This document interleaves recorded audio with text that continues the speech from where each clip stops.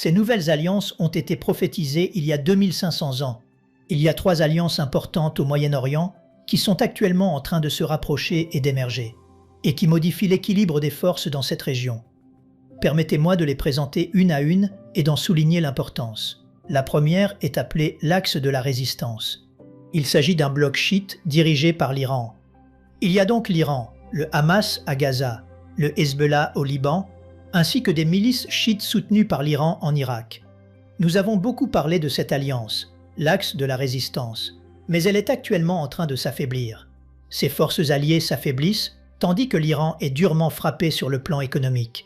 Des discussions sont actuellement en cours au sujet du désarmement du Hamas. Cet axe de la résistance, ce bloc chiite, présente donc aujourd'hui de nombreuses fissures et s'affaiblit considérablement. Mais une autre coalition est en train de se former, et celle-ci ne fait véritablement qu'émerger. En fait, l'accord principal a été signé la semaine dernière. L'encre est donc à peine sèche. Cette coalition est appelée le diamant sunnite, ou, selon certains, le quatuor. Certains la qualifient même de nouvelle automne.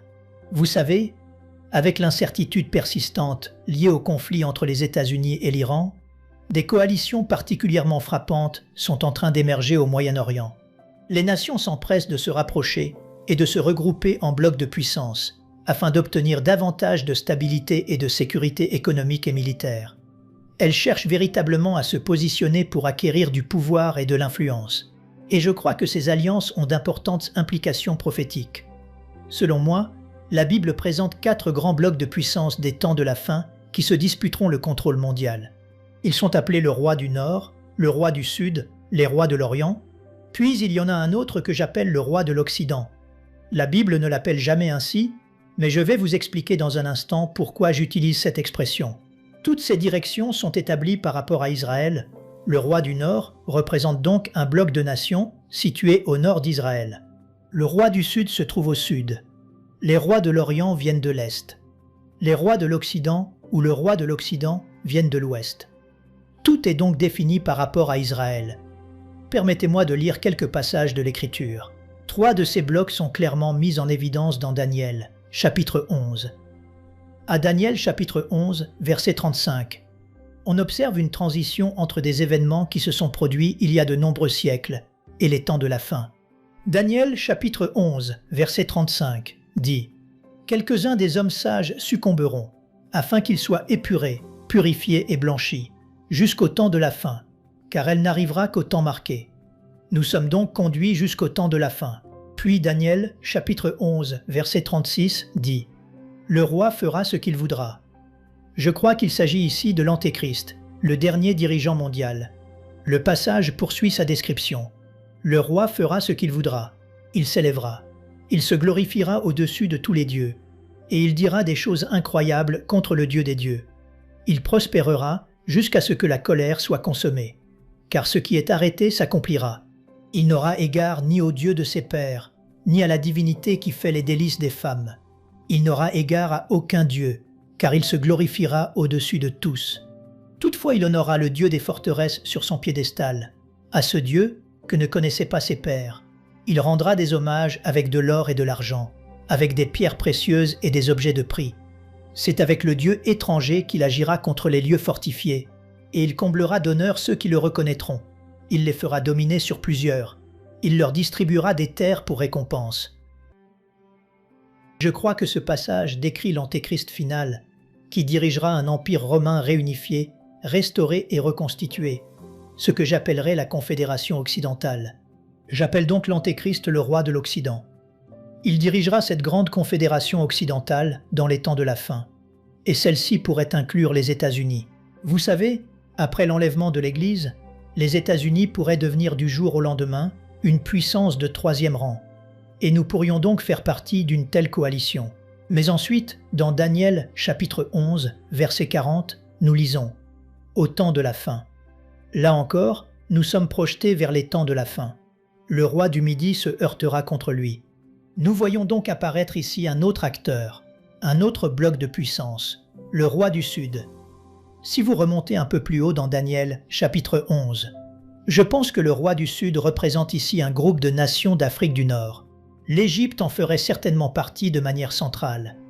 c'est véritablement autour de l'Égypte que se concentre le roi du Sud dans Daniel chapitre 11. Le passage poursuit. « Et le roi du septentrion fondra sur lui comme une tempête, avec des chars et des cavaliers, et avec de nombreux navires. Le roi du Nord est une coalition de nations septentrionales opposées à Israël et à l'Antéchrist.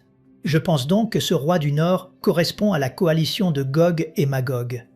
Il s'agit de la Russie, de l'Iran et de ces puissances du Nord qui se dresseront contre Israël. Ce qui est intéressant, c'est que, dans Daniel chapitre 11, ces nations s'en prennent à l'Antéchrist, tandis que, dans Ézéchiel chapitre 38 et 39, elles attaquent Israël. En réalité, leur attaque contre Israël sera aussi une attaque contre l'Antéchrist, car celui-ci aura conclu une alliance avec Israël garantissant sa protection.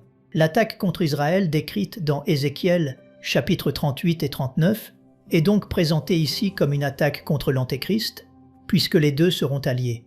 Je pense donc que ce roi du Nord correspond à cette connexion entre l'Iran et la Russie que nous voyons se développer aujourd'hui.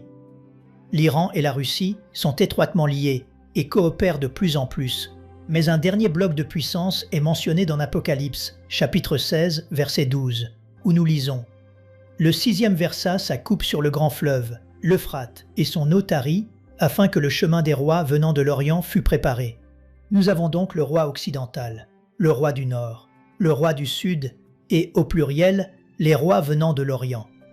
Tout ce que nous savons, c'est qu'il s'agit d'un groupe de nations situées à l'est de l'Euphrate.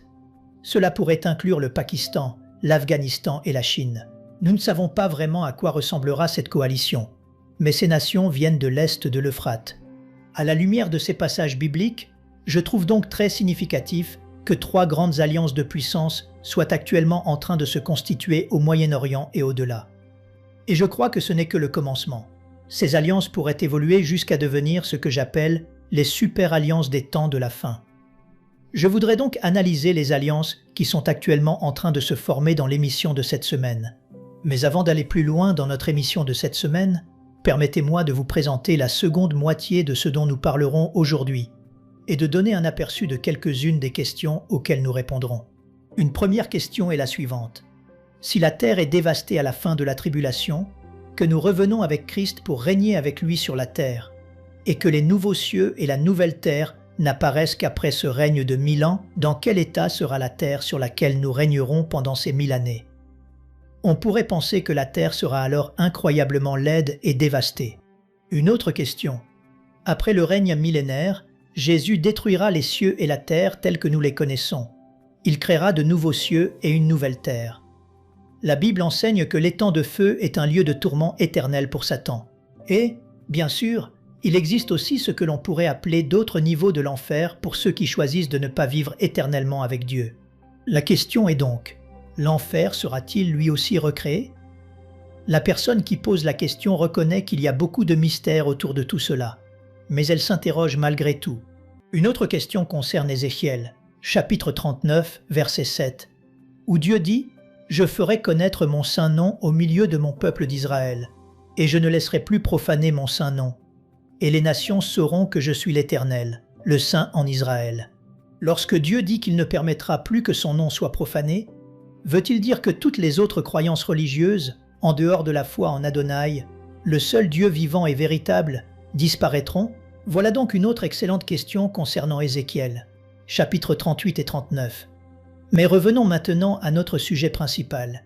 Il y a 3 alliances importantes au Moyen-Orient qui sont actuellement en train de se rapprocher et d'émerger, et qui modifient l'équilibre des forces dans cette région.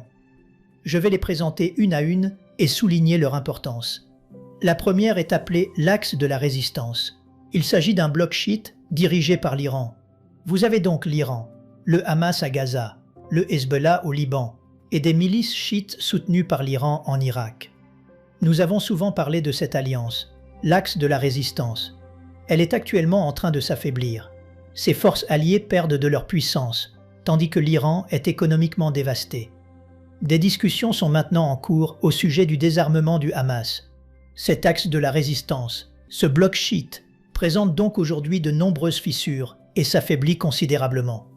Mais une autre coalition est en train de se former, et celle-ci ne fait véritablement que commencer à émerger. En fait, Un accord majeur a été signé la semaine dernière. L'encre est donc à peine sèche. Cette coalition est appelée le Diamant sunnite. Certains l'appellent aussi le Quatuor. Et certains la qualifient de Nouvelle OTAN. The Conversation, un site en ligne, a publié un article dont le titre est « Une nouvelle OTAN de l'Orient ». L'article affirme que l'Arabie saoudite, la Turquie et le Pakistan ont signé à la Mecque un pacte de défense commune. Il a donc été signé à la Mecque, qui est bien sûr le principal lieu saint de l'islam. Il s'agit d'un nouvel accord de défense collective reliant le Moyen-Orient à l'Asie du Sud. Sa promesse centrale est remarquable. Une attaque armée contre l'un de ces trois pays sera considérée comme une attaque contre les trois.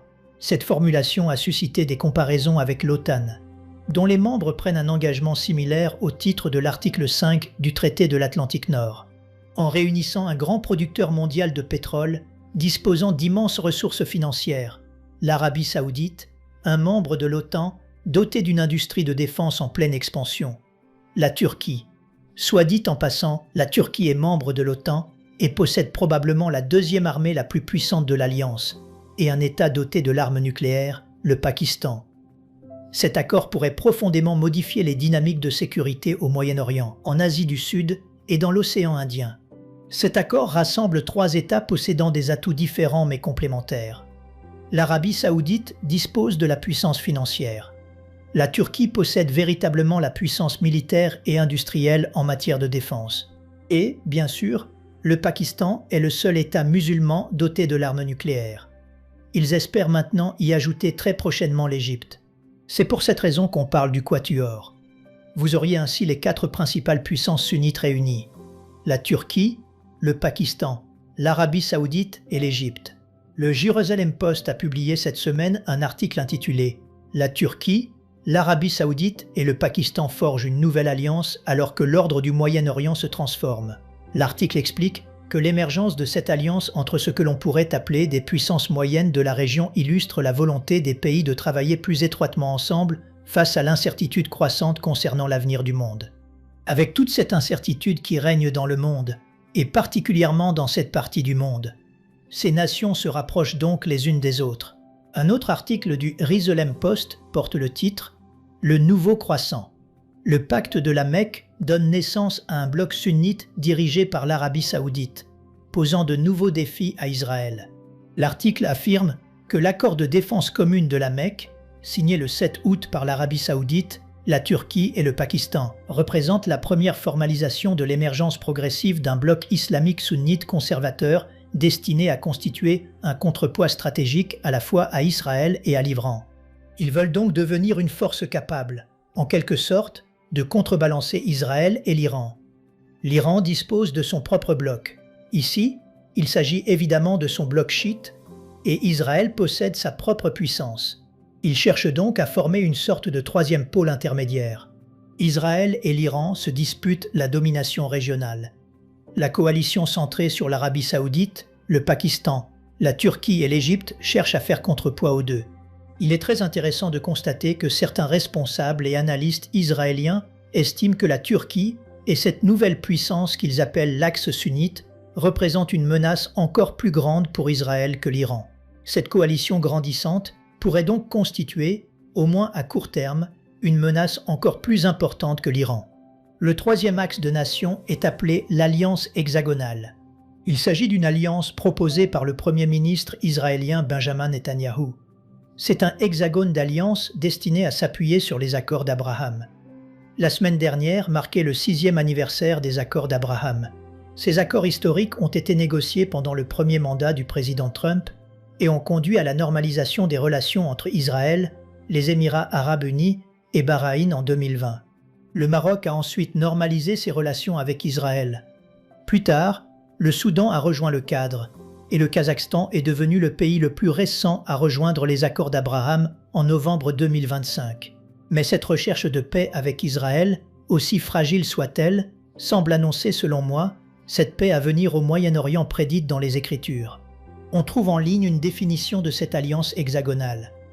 Selon celle-ci, l'alliance hexagonale est un vaste concept régional de sécurité et de coopération économique proposé par le Premier ministre israélien Benjamin Netanyahou en février 2026.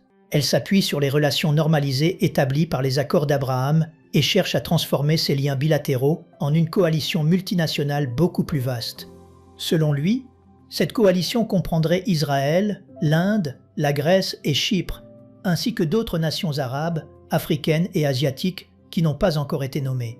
Ce que nous pouvons constater à travers tout cela, c'est que les nations, particulièrement au Moyen-Orient, se rapprochent aujourd'hui.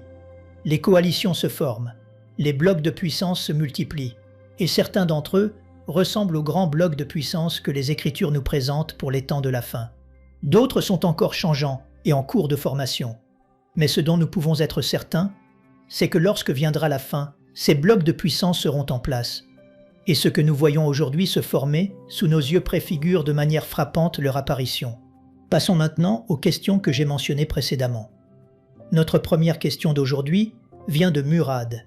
Il dit, dans Ézéchiel, chapitre 39, verset 7, Dieu a dit « Je ferai connaître mon saint nom au milieu de mon peuple d'Israël, et je ne laisserai plus profaner mon saint nom. Et les nations sauront que je suis l'Éternel, le Saint en Israël. » Lorsque Dieu dit qu'il ne permettra plus que son nom soit profané, veut-il dire que toutes les autres croyances religieuses, en dehors de la foi en Adonai, le Dieu vivant et véritable, disparaîtront? Eh bien Mourad, c'est une très bonne question. Dans Ézéchiel, chapitres 38 et 39, nous avons évidemment cette coalition de nations qui descend sur Israël et l'envahit. Je crois qu'elles envahiront Israël pendant la première moitié de la période de tribulation, alors qu'Israël vivra sous l'alliance de paix conclue avec l'Antéchrist. En effet, un peu plus tôt dans Ézéchiel, chapitre 38, il nous est dit qu'Israël sera au repos et habitera en sécurité au moment où cette invasion aura lieu. Ces nations entreront donc en Israël. À la fin d'Ézéchiel chapitre 38, nous voyons qu'elles sont détruites surnaturellement par Dieu. Dieu frappe même leur territoire d'origine. C'est donc un coup dévastateur porté à ces nations. Le chapitre 39 poursuit ensuite la description de ces événements plus en détail. Mais vous avez mentionné le chapitre 39, verset 7. « Je ferai connaître mon saint nom au milieu de mon peuple d'Israël, et je ne laisserai plus profaner mon saint nom. Et les nations sauront que je suis l'Éternel, le Saint en Israël. » Ce que je pense que ce passage veut dire, c'est que lorsque cette invasion de Gog et Magog aura lieu, quand Dieu dit qu'il ne permettra plus que son nom soit profané, il signifie qu'il ne permettra plus aux gens de profaner son nom en toute impunité, c'est-à-dire sans avoir à en subir les conséquences. Il restera encore un certain temps avant la fin de la tribulation. Mais à partir de ce moment-là, lorsque les gens profaneront le nom de Dieu, ils en paieront le prix. Le Seigneur dit en substance, « À partir de maintenant, je ne laisserai plus les gens profaner mon nom en toute impunité. Ils devront en subir les conséquences. » Et bien sûr, à ce stade, il ne restera plus énormément de temps avant la fin de la période de tribulation. Mais lorsqu'il dit que « les nations sauront que je suis l'Éternel », je pense que Dieu se servira de cette invasion de Gog et Magog décrite dans Ézéchiel, chapitre 38, pour amener beaucoup de personnes à lui. Il amènera, par exemple, des gens en Israël à se tourner vers lui lorsqu'ils verront Dieu intervenir pour les délivrer. Je pense également que beaucoup de personnes parmi les nations verront ce qui s'est produit et croiront elles aussi au Seigneur. Cela ne signifie donc pas, selon moi, qu'à partir de ce moment-là, le nom de Dieu ne sera plus jamais profané. Encore une fois, je situe cette invasion dans la première moitié de la tribulation, tandis que d'autres la placent même avant le début de la tribulation. Cela ne signifie pas que le nom de Dieu ne sera plus profané du tout après cet événement. Mais lorsque les gens le feront, ils ne pourront plus s'en tirer sans conséquence. Un jugement cataclysmique et direct s'abattra sur eux, notamment sous la forme des jugements des trompettes, des jugements des coupes, puis finalement d'Armageddon et du retour de Jésus-Christ. Je pense donc que, si l'on replace ce passage dans son contexte, c'est la meilleure façon de comprendre ce qu'il signifie. Nous avons une autre question. C'est une excellente question de Nancy. Elle demande « Si la terre est dévastée à la fin de la tribulation, que nous revenons avec Christ pour régner avec lui sur la terre, et que les nouveaux cieux et la nouvelle terre n'apparaissent qu'après ce règne de 1000 ans, dans quel état sera la terre sur laquelle nous régnerons pendant ces 1000 années? Il semble qu'à ce moment-là, la terre sera terriblement laide et dévastée.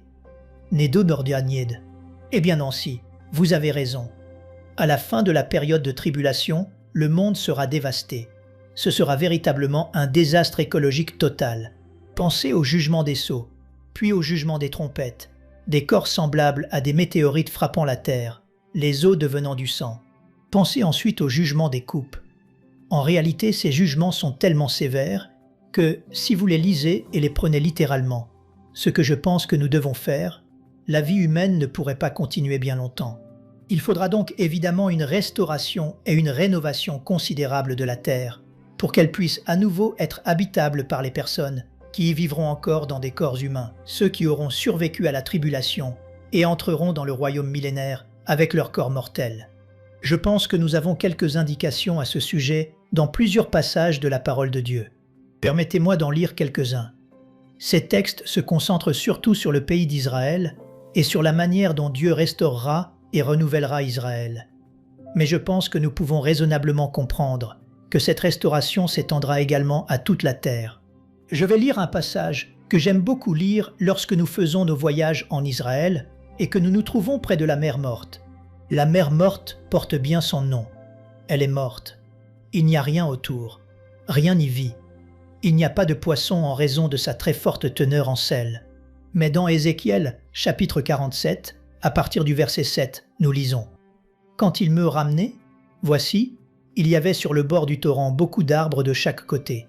Il me dit « Cette eau coulera vers le district oriental, descendra dans la plaine et entrera dans la mer. Lorsqu'elle se sera jetée dans la mer, les eaux de la mer deviendront saines. Tout être vivant qui se meut vivra partout où le torrent coulera. Et il y aura une grande quantité de poissons. Car là où cette eau arrivera, les eaux deviendront saines, et tout vivra partout où parviendra le torrent. Des pêcheurs se tiendront sur ses bords. Depuis En-Guédi jusqu'à En-Églaïm, on étendra les filets. Il y aura des poissons de diverses espèces, comme les poissons de la grande mer, et ils seront très nombreux. Ces marais et ces fosses ne seront point assainis. Ils seront abandonnés au sel. Sur le torrent, sur ses bords de chaque côté, croîtront toutes sortes d'arbres fruitiers. Leur feuillage ne se flétrira point, et leurs fruits n'auront point de fin. Ils mûriront tous les mois, parce que les eaux sortiront du sanctuaire. Leurs fruits serviront de nourriture, et leurs feuilles de remède. Tyr. Encore une fois, nous allons à En-Guédi. C'est un endroit où David s'est caché de Saül à plusieurs reprises. En-Guédi est véritablement une oasis dans cette région désertique. Et le texte nous dit qu'un jour les gens y étendront leurs filets pour pêcher dans la mer Morte. C'est donc une restauration extraordinaire. Lorsque vous vous rendez là-bas aujourd'hui, que vous voyez l'état des lieux puis que vous lisez ce passage, cela vous rappelle ce que Dieu accomplira sur la terre. Le passage dit qu'il y aura des poissons de toutes sortes, semblables à ceux de la grande mer, tandis que les marais resteront salés. Toutes sortes d'arbres fruitiers pousseront sur les deux rives. Leur feuillage ne se flétrira pas et leurs fruits ne cesseront jamais. Ils produiront des fruits tous les mois, parce que les eaux sortiront du sanctuaire. Leurs fruits serviront de nourriture et leurs feuilles de remède. Il s'agit donc d'une rénovation extraordinaire. Encore une fois, ce passage parle du pays d'Israël, mais je pense que nous pouvons étendre ce principe à l'ensemble de la terre, afin qu'elle redevienne habitable. Je vais lire un autre passage dans Amos, chapitre 9, au dernier verset du livre. « Voici, les jours viennent, dit l'Éternel, où le laboureur suivra de près le moissonneur, et celui qui foule le raisin, celui qui répand la semence, où le mou ruissellera des montagnes et coulera de toutes les collines. Je ramènerai les captifs de mon peuple d'Israël, ils rebâtiront les villes dévastées et les habiteront. Ils planteront des vignes et en boiront le vin. Ils établiront des jardins et en mangeront les fruits. Je les planterai dans leur pays, et ils ne seront plus arrachés du pays que je leur ai donné, dit l'Éternel, ton Dieu. » Ce sont donc des transformations extraordinaires. Il y aura des changements topographiques dans le pays d'Israël, ainsi que des changements géographiques et géologiques. Mais je pense qu'il ne s'agit là que d'une petite image de ce qui se produira en Israël et qui, selon moi, se produira également sur toute la terre. La terre sera renouvelée et restaurée. Il y aura une grande abondance et une immense prospérité. Personne ne manquera de rien. En réalité, les deux grandes caractéristiques du royaume millénaire sont précisément les deux choses que tous les responsables politiques promettent, la paix et la prospérité. Jésus régnera comme le prince de la paix, et le monde sera rempli de prospérité d'une mer à l'autre. Une dernière question nous vient de Mel. Elle dit « Après le règne millénaire, Jésus détruira les cieux et la terre tels que nous les connaissons. Il créera de nouveaux cieux et une nouvelle terre. La Bible enseigne que l'étang de feu est un lieu de tourment éternel pour Satan. Et, bien sûr, il existe différents niveaux de l'enfer pour ceux qui choisissent de ne pas vivre éternellement avec Dieu. La question est donc la suivante. L'enfer sera-t-il lui aussi recréé? C'est simplement une pensée un peu étrange. Je sais que cela n'a pas de rapport direct avec le salut et qu'il s'agit d'un mystère. Peut-être qu'il n'est même pas nécessaire d'avoir une réponse. Mais, d'un autre côté, cela me pousse à continuer à chercher dans la parole, et j'aime cela. Miren cela. Mire t'es notre côté. Eh bien, c'est une excellente attitude. Il existe beaucoup de mystères autour de nombreuses questions comme celle-ci, et beaucoup de choses que nous ne comprenons pas. Mais ces questions nous poussent à continuer à sonder la parole et à demeurer dépendants du Seigneur. Cela dit, je ne pense pas que l'enfer sera recréé. Dans Matthieu, chapitre 25, il nous est dit qu'il a été préparé pour le diable et ses anges. « Retirez-vous de moi, maudits. Allez dans le feu éternel qui a été préparé pour le diable et pour ses anges. » Je ne pense donc pas qu'il sera recréé dans l'avenir. La Bible ne nous dit jamais cela. Dans Apocalypse, chapitre 20, verset 10, nous lisons « Et le diable, qui les séduisait, fut jeté dans l'étang de feu et de soufre, où sont la bête et le faux prophète. Et ils seront tourmentés jour et nuit au siècle des siècles. » Comme vous l'avez mentionné, il existe ce que l'on pourrait appeler différents niveaux ou différents lieux associés à l'enfer. Il y a la géhenne qui correspond à l'étang de feu. C'est la destination finale où tous ceux qui sont perdus seront finalement jetés. Il y a aussi l'Hadès, que la version Louis II appelle « le séjour des morts ». C'est le lieu où se trouvent actuellement les âmes des personnes perdues. Dans Luc, chapitre 16, l'homme riche meurt et se retrouve dans le séjour des morts. Dans le séjour des morts, il leva les yeux et, tandis qu'il était en proie au tourment, il vit de loin Abraham et Lazare dans son sein. C'est donc en quelque sorte un lieu de détention provisoire. On pourrait comparer l'Hadès à une prison locale, tandis que la géhenne ou l'étang de feu serait comparable au pénitencier. Le lieu définitif où se retrouveront tous ceux qui sont perdus ainsi que tous les anges déchus. Il existe également un lieu appelé l'abîme. Ce terme apparaît 9 fois dans la Bible, dont 7 fois dans le livre de l'Apocalypse. Il y a l'abîme et le puits de l'abîme, certains anges qui sont allés extrêmement loin dans leur rébellion. Des anges déchus qui sont allés encore plus loin dans leur péché, y sont enfermés temporairement.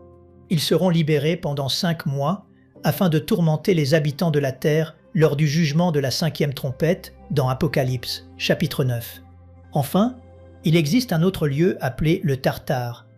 Il n'est mentionné qu'une seule fois dans les Écritures, dans 2 Pierre, chapitre 2, verset 4. Ce passage parle des anges qui ont péché. Car, si Dieu n'a pas épargné les anges qui ont péché, mais s'il les a précipités dans les abîmes de ténèbres et les réserve pour le jugement, je pense qu'il s'agit des anges qui ont péché à l'époque de Genèse, chapitre 6. Ces anges y sont actuellement liés de manière permanente. Ils ne seront jamais relâchés avant d'être finalement jetés dans les temps de feu. Voilà donc quelques-uns de ces différents niveaux ou lieux associés à l'enfer. Mais je ne crois pas qu'aucun d'entre eux sera recréé. Il n'y aurait aucune raison de les recréer. La terre devra être recréée parce qu'elle aura été souillée par le péché, et que Dieu veut faire de nouveaux cieux et une nouvelle terre. Mais il n'y a véritablement aucune raison d'avoir un nouveau Tartare, un nouvel abîme, un nouvel Hadès ou une nouvelle géhenne. En réalité, à la fin, tous les anges déchus qui se trouvent dans le Tartare et dans l'abîme, ainsi que tous les êtres humains perdus se trouvant dans l'Hadès, seront jetés dans les temps de feu. Ces autres lieux ne seront donc plus habités. Mais c'est quelque chose de très sérieux à méditer. Penser à l'enfer et au fait qu'il durera éternellement donne à réfléchir. Et je prie pour moi-même, comme pour nous tous, afin que lorsque nous pensons à cela, ce soit une motivation pour parler de Christ aux personnes que nous aimons. Nous ne voulons pas qu'elles aillent là-bas. Nous ne voulons pas que vous y alliez non plus. Si vous regardez cette émission aujourd'hui et que vous n'avez jamais placé votre confiance en Jésus-Christ comme votre Sauveur, c'est ce que vous devez faire aujourd'hui. La Bible dit « Car quiconque invoquera le nom du Seigneur sera sauvé. Dieu viendra à vous aujourd'hui, pardonnera vos péchés et vous donnera le don de la vie éternelle si vous renoncez simplement à compter sur vous-même, si vous abandonnez toute tentative de gagner des mérites devant Dieu ou d'obtenir sa faveur par vos propres efforts. Placez simplement toute votre espérance en Jésus-Christ, celui qui est mort et qui est ressuscité pour vous. Si vous ne l'avez encore jamais fait, je veux vous donner dès maintenant l'occasion d'accepter cette offre gratuite de l'Évangile. C'est un don gratuit. Dieu vous le donnera si vous venez simplement à lui. Merci infiniment de nous avoir rejoints aujourd'hui encore. J'apprécie énormément cette communion avec vous. Merci pour votre soutien et vos encouragements. Que Dieu vous bénisse. Je me réjouis de vous retrouver la prochaine fois.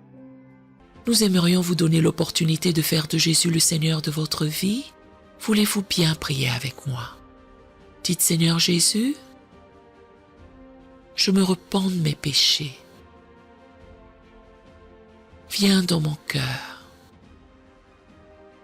Je fais de toi mon Seigneur et Sauveur.